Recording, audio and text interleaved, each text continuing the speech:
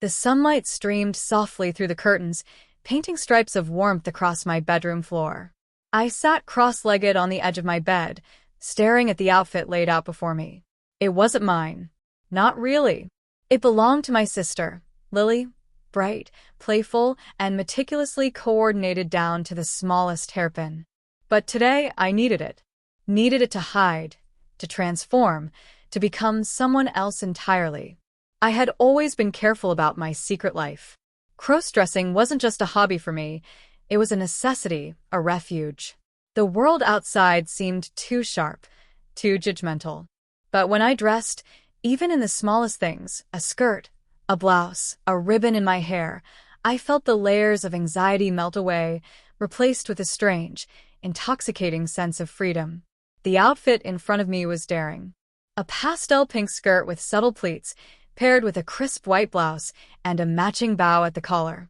I traced the fabric lightly with my fingers, heart thudding. Wearing this, even for a moment, was a gamble. Lily's clothes had always carried a certain aura of her identity, and borrowing them wasn't just about the fabric, it was about stepping into her world, pretending, blending, hiding. I glanced at my reflection in the mirror. My own face looked tired, anxious, and uncertain. But I imagined how I would look dressed as Lily's twin, soft features enhanced, hair neatly combed and pinned, skin glistening under the sunlight. My chest tightened with anticipation, and a shiver ran down my spine. There was thrill here, danger even, but also a strange, liberating beauty. My room was cozy, cluttered with books, posters, and clothes I'd carefully collected over the years. Yet now, every piece of my own identity felt like it belonged to someone else. I took a deep breath and began the transformation. Pulling the skirt over my legs, I felt the fabric hug my form in ways that were both foreign and exhilarating. The blouse followed, crisp and smelling faintly of Lily's perfume. I fastened the bow carefully, adjusting it until it sat perfectly at my collar. The mirror reflected a different me now, someone who could easily be mistaken for my sister. I tilted my head, testing the expression, the posture, the subtle sway of my body. The reflection looked confident, delicate, feminine. But beneath it all, I was nervous, trembling slightly at the thought of being discovered. And then there was the shoes. High, black flats that clicked against the hardwood as I walked across the room. Each step made me more aware of my transformation. I could feel the subtle shift in how I carried myself, how the world would perceive me. Every movement mattered. Every glance could give me away. I heard the faint creak of the stairs outside. Lily was still asleep, thank goodness, but my heart raced at the thought of anyone, family, neighbors, friends, seeing me like this. Emma's voice floated into my mind, teasing, curious, sometimes critical. She had always known I had a fascination with crossdressing, but Lily's wardrobe was off limits. Yet today, necessity overrode caution. I needed a disguise, a twin identity, a way to step into someone else's life, even if only for a day. The living room awaited, bathed in the soft morning light. My reflection stared back one last time, a mix of fear and excitement in my eyes. I adjusted my hair, smoothing it into neat waves that mirrored Lily's style, and then stepped forward. The floorboards creaked gently under my feet, each sound echoing like a drumbeat announcing my audacity. I reached the front door, hand trembling slightly as I opened it. Outside, the world looked ordinary, but I knew it would be anything but today. My neighbors would see me, my friends might see me, and if anyone dared question, I had a ready answer. Lily. Her twin. Her reflection. I walked to the bus stop, each step a careful dance between confidence and caution. People glanced at me, some with recognition, some with curiosity. A smile here, a nod there, and I felt the thrill of being unseen yet noticed simultaneously. No one suspected that beneath the borrowed skirt and blouse, I was hiding my own secret identity, my own fears, my own desires. And then, as I rounded the corner, I saw them, my classmates, chatting animatedly by the cafe, waiting for the bus just like me. Their eyes landed on me, and I held my breath. Wow, one of them whispered, "You and Lily look exactly alike today." I forced a casual laugh, my heart pounding. The twin act had begun, and already, the world had bought it. Inside, I could feel the subtle excitement building, the adrenaline mixing with a nervous energy that made every step lighter, every glance sharper. I was no longer just me. I was the twin, the borrowed identity, the girl everyone assumed was my sister. And as the days stretched ahead, filled with interactions, challenges, and secrets waiting to unravel, I realized one truth. This act, playful at first, could quickly spiral into something I might never be able to control. And deep down, I didn't know if I wanted it to. The morning bus ride was torture in the most thrilling way possible. Sitting on the vinyl seat, I tugged nervously at the hem of Lily's skirt, making sure it stayed in place. The fabric felt alien against my skin, yet strangely comforting. My fingers lingered over the soft pleats, the familiar texture now carrying a new weight, the weight of deception, of pretending, of walking the line between who I was and who I needed everyone to think I was. Every reflection on the bus windows was a challenge. I caught glimpses of myself, delicate hands, soft jawline, borrowed blouse perfectly tucked. Each glance brought a flutter of excitement and a wave of panic. Would anyone notice the subtle differences? Would my classmates see through the ruse and call me out? I clenched my fists lightly, trying to steady my racing thoughts. And then there was Emma. I knew she'd see me eventually, and the thought made my stomach twist. She had a playful teasing streak, but also a sharp eye for details. I could almost hear her smirk as she whispered something like, "Trying to be Lily's twin now." It was thrilling and terrifying to imagine her reaction. I hoped she wouldn't call attention to me in front of everyone else. At school, the hallways were bustling with the usual chaos. Lockers slamming, chatter bouncing off the walls, sneakers squeaking on polished floors. I hugged my books tightly, weaving through the crowd, careful to keep my composure. Some of my friends glanced at me with curiosity, whispering to each other, their eyes darting between me and the idea of Lily. Each time, I forced a small smile, a casual shrug, and let the twin act take over. Lunchtime was the real test. I joined my usual table, surrounded by friends who knew me as myself, not Lily's twin. I could feel their eyes sizing me up, their whispered guesses floating through the air. "Is that really you?" one friend asked, eyebrows raised. I laughed lightly, trying to sound casual. "Yeah, just trying something new today." Inside, my heart hammered. Each laugh, each glance, was a battle between my fear of being discovered and the exhilaration of living this borrowed identity. I caught my reflection in the cafeteria window again, adjusting the bow at my collar. My cheeks burned, not just from the fake twin act, but from the thrill of transformation. The skirt, the blouse, the soft sway of my hair, it all made me feel alive in a way I hadn't anticipated. By mid-afternoon, the thrill had escalated into something more intense. I found a quiet bathroom, locking the door behind me, and took a long look at my reflection. The girl staring back at me wasn't just Lily's twin, she was me, but amplified. Every curve, every delicate feature, felt heightened. My hands shook slightly as I adjusted my hair, testing the waves, the slight curl at the ends. The skirt clung just right, the blouse smooth over my shoulders. For a moment, I almost forgot it wasn't my own wardrobe, that I wasn't entirely myself. But then reality intruded. What if Lily found out? What if someone else discovered my secret? I bit my lip, feeling the tug of panic. The thrill of transformation came hand in hand with vulnerability. I was exposed in ways I hadn't anticipated, emotionally, socially, physically.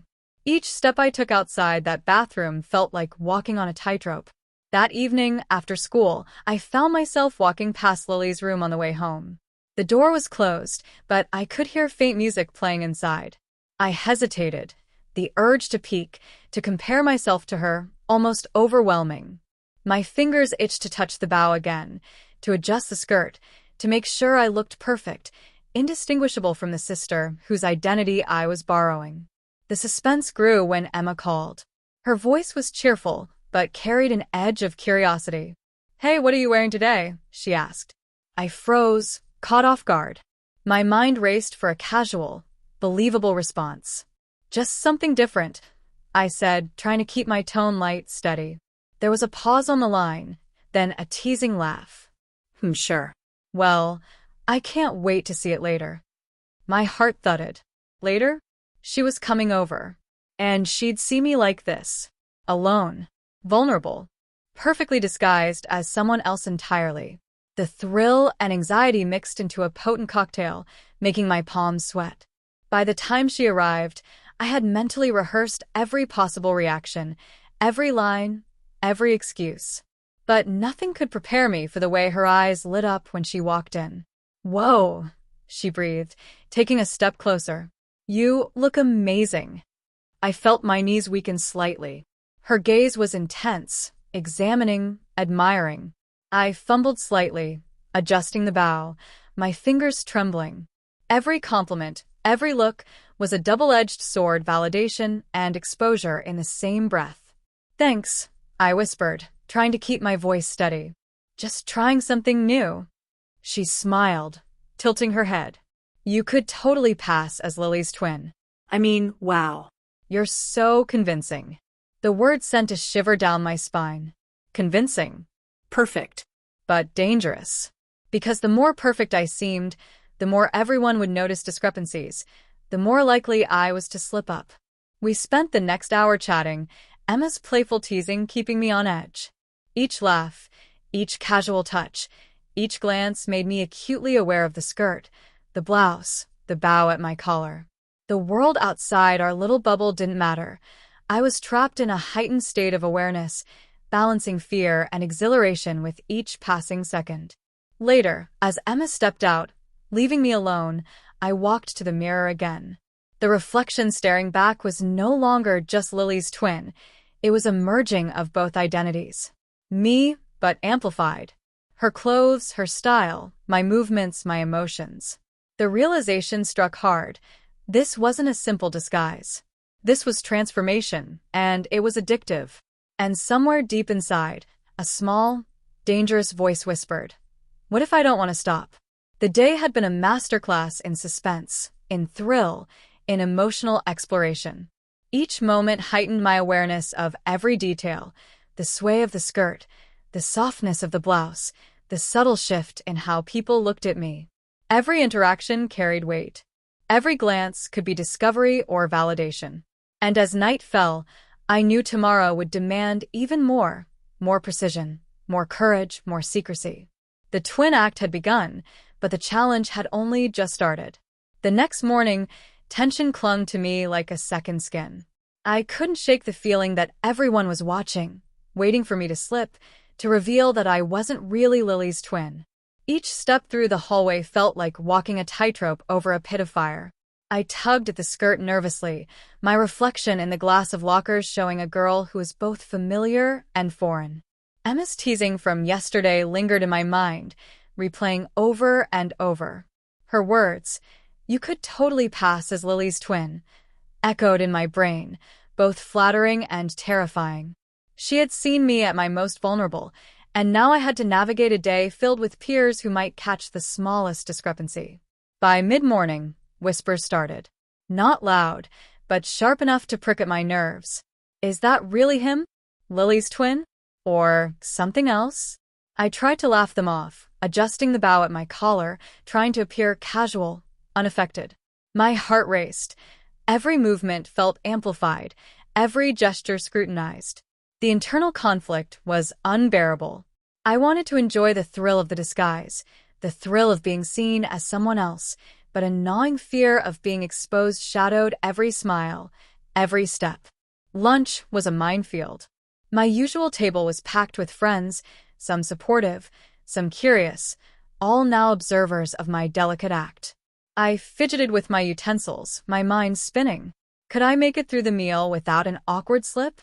I kept my voice light, my laughter measured, my posture graceful. But my stomach twisted with anxiety at every glance, every comment that could betray me. Then the unexpected happened, a knock on the classroom door. "Hey, can I see you for a second?" Lily's voice called. My heart stopped. I froze, eyes wide. My mind raced. Why was she here now? She shouldn't have known I borrowed her outfit. Panic surged through me like electricity. I excused myself, palms sweating, and walked to the door. Lily stood there, arms crossed, her eyes narrowing slightly. "Why are you wearing my clothes?" she asked calmly, though there was a spark of amusement hidden beneath the seriousness. I stammered, trying to find words that wouldn't betray me. I thought it would be funny. Just for a bit. She raised an eyebrow, a smirk tugging at her lips. Funny, huh? Well, that's convincing. Almost scary. But don't let anyone else find out, okay? Relief flooded me, mixed with an odd sense of triumph. I had been caught in the act, but she wasn't angry. Yet the stakes had skyrocketed. Every subsequent interaction now carried the weight of secrecy. Later that afternoon, a surprise twist escalated everything. Emma texted me, "Can you come over? I have a surprise for you. Don't change." The note was innocent enough, but the implication made my stomach churn. My mind raced through possibilities: a prank, a test, or worse, an unplanned exposure. I debated my options, each second stretching painfully. When I arrived, Emma greeted me with a teasing smile, holding a small box. "I thought you might like this," she said, handing it over. Inside was a delicate necklace, a charm shaped like a twin heart. "For you and your twin self," she whispered. I froze. My pulse surged. The symbolism was overwhelming. The thrill of recognition, the terror of exposure, and the electric connection between us all rolled into one. I could feel the skirt hugging my legs, the blouse soft against my arms, every fiber reminding me of the duality of my identity. Then, a sudden knock at the door startled both of us. "Delivery for Emma," the voice called. "A package." I went to grab it, but as I stepped aside, my heel caught on the carpet. I stumbled slightly, heart hammering. Emma caught me, steadying me with a grin, her eyes sparkling with amusement. "You're a little clumsy today," she teased, her voice carrying a mix of warmth and playful warning. The adrenaline surged. My mind whirled. Anyone could have seen, anyone could know. My secret was teetering on the edge. I gripped the edges of the skirt, grounding myself, trying to control the trembling in my hands. We spent the next hour together, each conversation a dance of tension and intimacy. Emma's teasing, her knowing glances, her subtle touches, all pushed me to the edge of exposure. Each time she laughed or smiled, I felt the skirt swish against my legs, a reminder that my borrowed identity was now fully alive. But then came the symbolic moment that changed everything. A mirror in her room reflected both of us, her, Emma, and me, in all my borrowed glory. The reflection caught my breath. My dual selves stared back at me, the real me, the twin, the girl I had become in borrowed clothing. The necklace glinted in the reflection, a tangible reminder of both the bond and the risk. The suspense climaxed as Emma leaned in close, whispering, "You're perfect like this, but are you really ready for everyone to see?" The question hit me like a punch. I felt the weight of every secret, every risk, every thrill, and every vulnerability converge. Could I maintain this dual life? Could I balance the thrill of transformation with the fear of discovery? Just then, a sudden crash echoed from the other room. Her dog had knocked over a lamp. The noise jolted me, the skirt twisting around my legs. I stumbled, almost losing my balance. Emma caught me again, laughing softly. My heart pounded, my palms slick. This was it, the moment where exhilaration, fear, and desire collided. Every breath, every movement, every glance was electric. I realized that nothing would ever be the same. The twin act had become more than a joke. It was a living, breathing part of me now, and the suspense of maintaining it would define every interaction from here on out. As night fell, I left Emma's house with a head full of thoughts and a heart full of tension. Each step in the borrowed skirt was a reminder of the perilous tightrope I walked. The thrill, the fear, the exhilaration, it was intoxicating. And the cliffhanger lingered. Tomorrow, at school, would someone finally see through me? The next morning, I woke with a knot in my stomach. The borrowed skirt and blouse felt heavier somehow, as if they carried the weight of everyone's expectations and my own fears. Every glance in the mirror seemed to scrutinize me, revealing cracks I didn't want anyone to see. At school, the whispers were louder. Some were teasing, some curious, but all of them carried the sharp edge of suspicion. My friends glanced at me differently. Lily's classmates stared longer than usual, and every step I took felt like a test. The borrowed outfit had transformed me into someone unrecognizable, and now I had to live the consequences. By mid-morning, a group of students approached, including Lily herself. My heart raced. I tried to smile, to stay calm, but the sensation of being caught was suffocating. "Hey, you really pulled it off," Lily said, her voice casual, but her eyes sparkled with mischief. "Almost makes me jealous." I laughed nervously, hoping my trembling didn't betray me. But deep down, I knew the line between admiration and suspicion was razor-thin. Each step, each laugh, each adjustment of the skirt reminded me how easily it could all collapse. Then came the unexpected twist: a notification on my phone. A photo had been shared on social media, tagged with my real name. Panic surged through me. I opened the post. A blurry image of me from yesterday, the skirt, the blouse, the twin act, but clearly visible enough for anyone who knew me to question. My mind spun. How many people had seen it? How many would comment, tease, or worse, expose me? I felt trapped in the duality of my identity, the boy everyone thought I was, and the girl I had become in borrowed clothing. Emma's text came through almost immediately. "Don't worry, I've got you. Just breathe.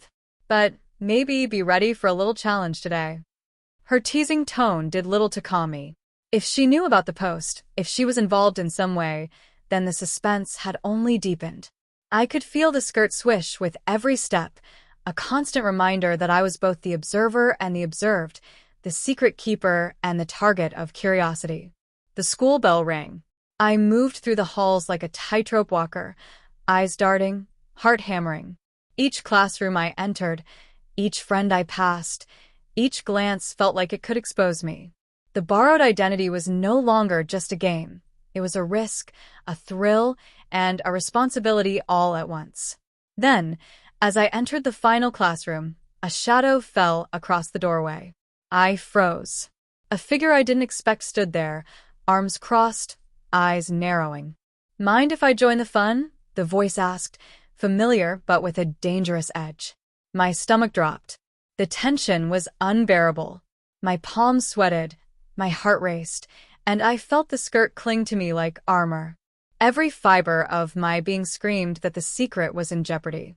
And then, the last word from that figure sealed the cliffhanger.